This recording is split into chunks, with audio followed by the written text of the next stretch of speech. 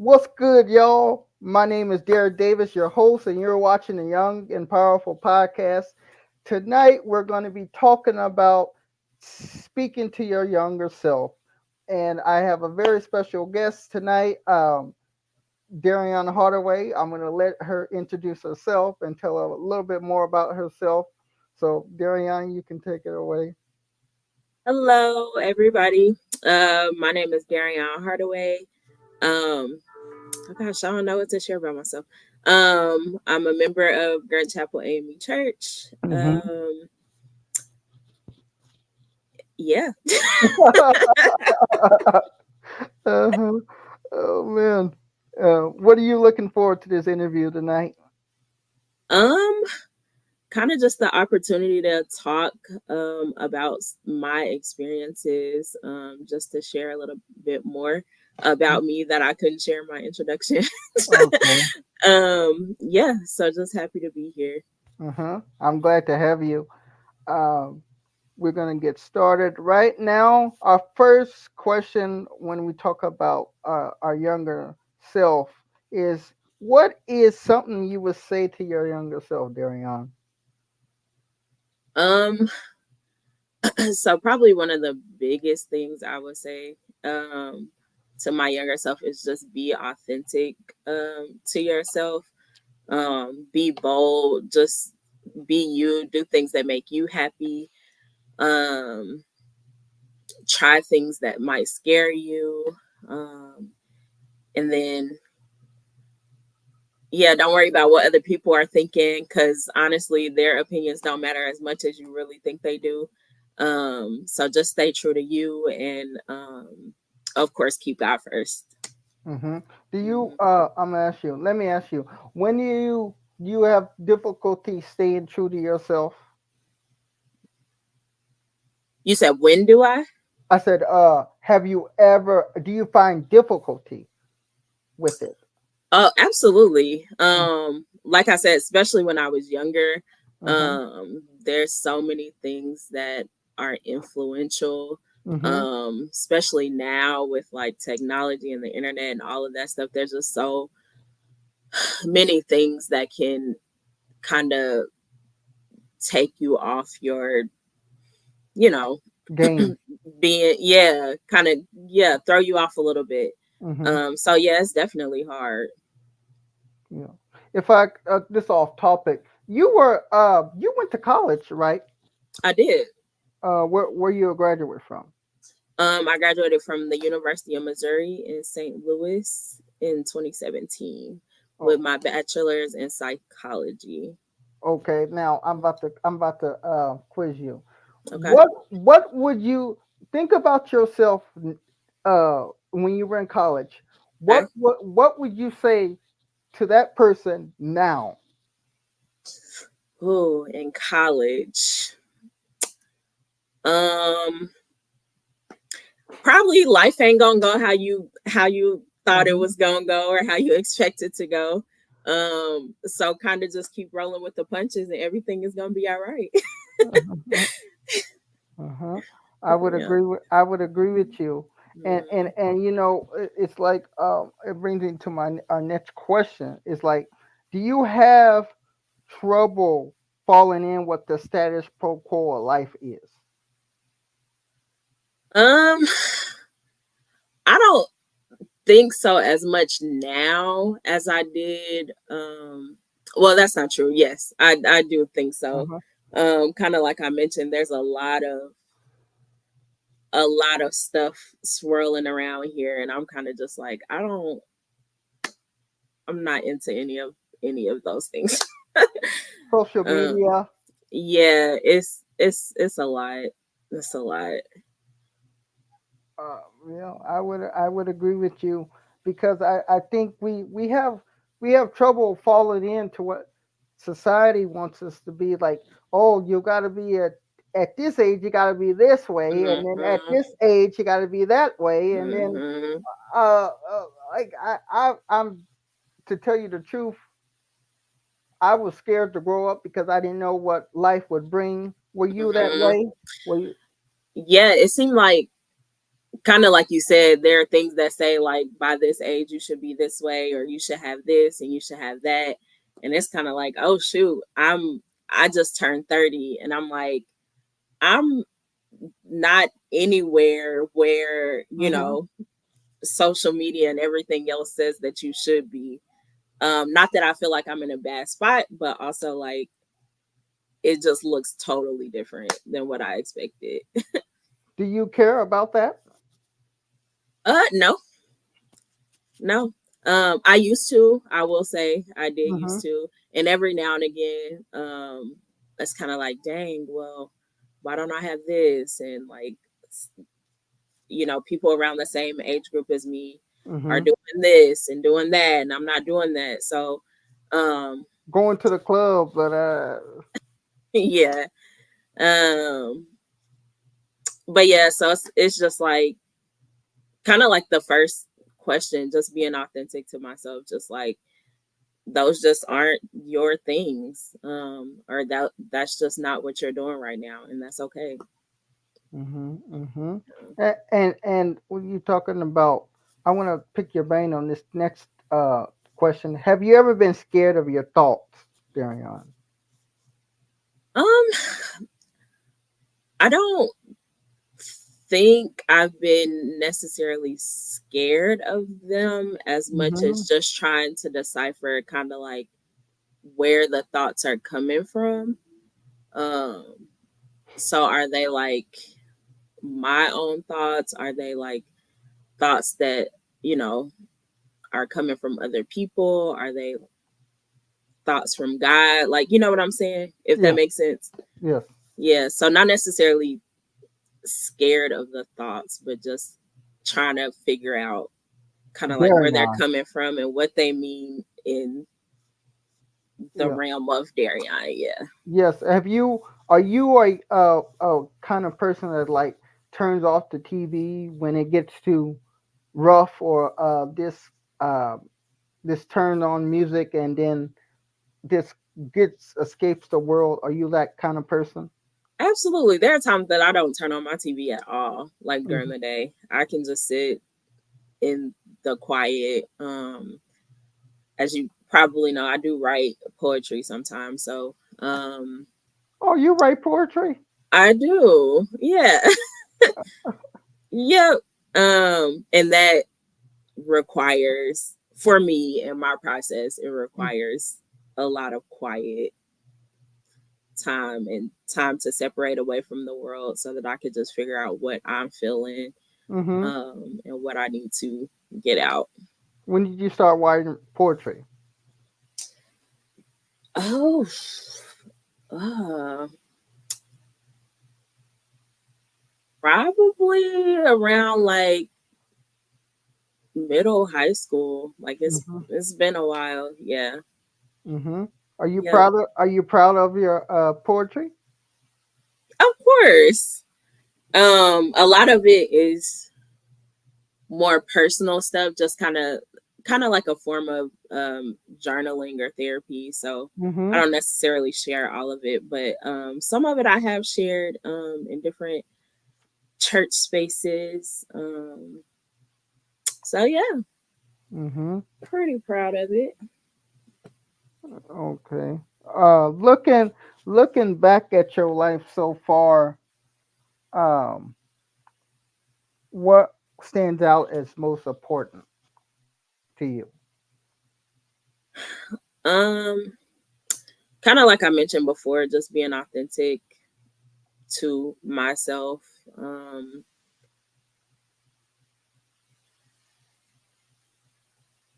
yeah, like I mentioned, there's just a lot going on, and it's easy to get distracted and even depressed about different things.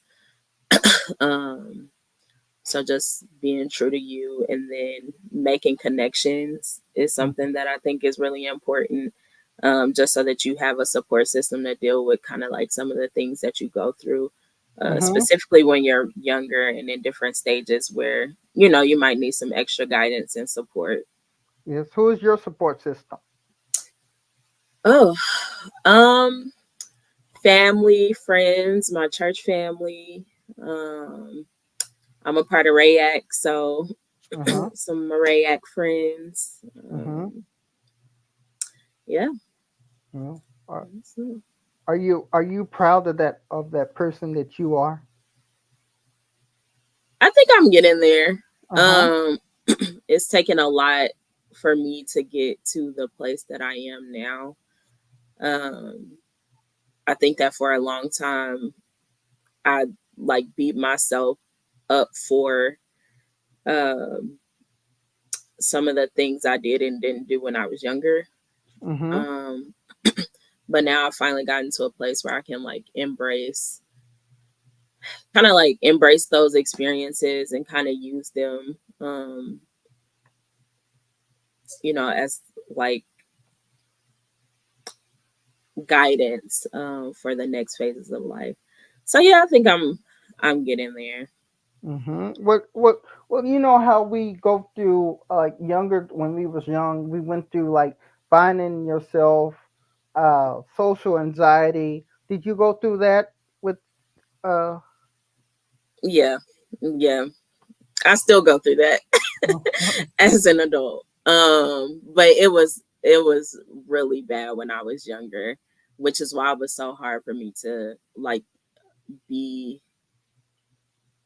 be myself mm-hmm. um in just spaces where I just wasn't comfortable all the time. And so I think that's a part of the reason I turned to writing, because it's like I can do this, I can get these feelings out, I can say whatever I want to say, without the fear of being judged or anything like that. So, Yeah. but yeah, I, it's I, definitely.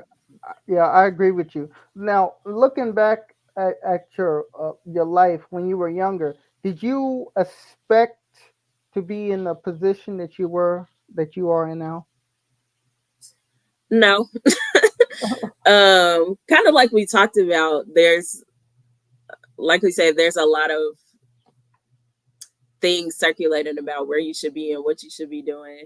Mm-hmm. And so I was just like, oh, I'm just gonna fall into one of those things. Or I was gonna continue with the social anxiety thing and just not, like, even stuff like this, like being on this podcast, probably I would have been like, nah, people gonna Mm-hmm. watch it and things like that. Or like being able to stand up and do poetry in front of people. Um, I don't do it a lot because there is still a little bit of anxiety, but also like the times that I have done it, like Mm-hmm. I never would have thought I would have been doing that. Mm-hmm. Yeah, like I I took speech and debate. Mm-hmm. Like I signed up for the debate team when I was in, I want to say like 8th grade or something like that. And I was like, oh, this is gonna help me get over all of that. Our first debate tournament, I played sick and never went back because my social anxiety was so bad. Wow. Yes, yes. Wow. I played sick and never went back. So yeah, who would have thought I would be in spaces where Nidra Locke is watching. hey Miss Yes. Yeah, she watches my podcast every time I does a podcast. I love Miss Nidra. We all love Miss Nidra. Yes. Yes. Yes. And then our next question I have for you is, uh, how did you discover what your heart and soul needs? Have you discovered that yet? If you discovered that yet. hmm I'm still discovering, but a lot of the discovery comes from, like I mentioned, writing. Mm-hmm. Um, like I said, I spend a lot of time by myself. I live by myself. I work from home. A lot of the times now on the weekend, like I'm at home. So it just comes from being able to have quiet time away from the world and just kind of figure out what feels good, what sounds good, Yes. yeah. Do you like people? Sometimes, sometimes, Oh man, I just some go ahead. people can be a lot. Very much an introvert. Very much prefer to kind of be Do doing you, my own thing. you said that you worked alone? Were you always like that? Did I always work alone? Yes. No. Um, so right now my job is a work from home job. So most of the time I'm in the house.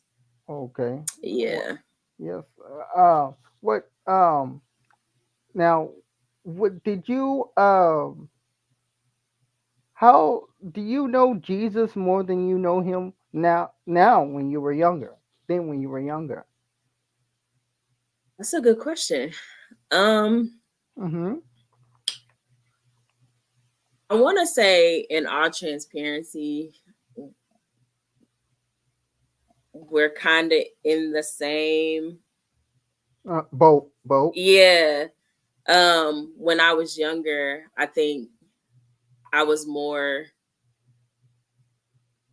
um invested. Like, I love going to church. I love learning about, Mm-hmm. God and all those things. But there was a point, like I said, when I did like let, the world influence a lot of the things that I did. Mm-hmm. Um, and so I kind of fell off.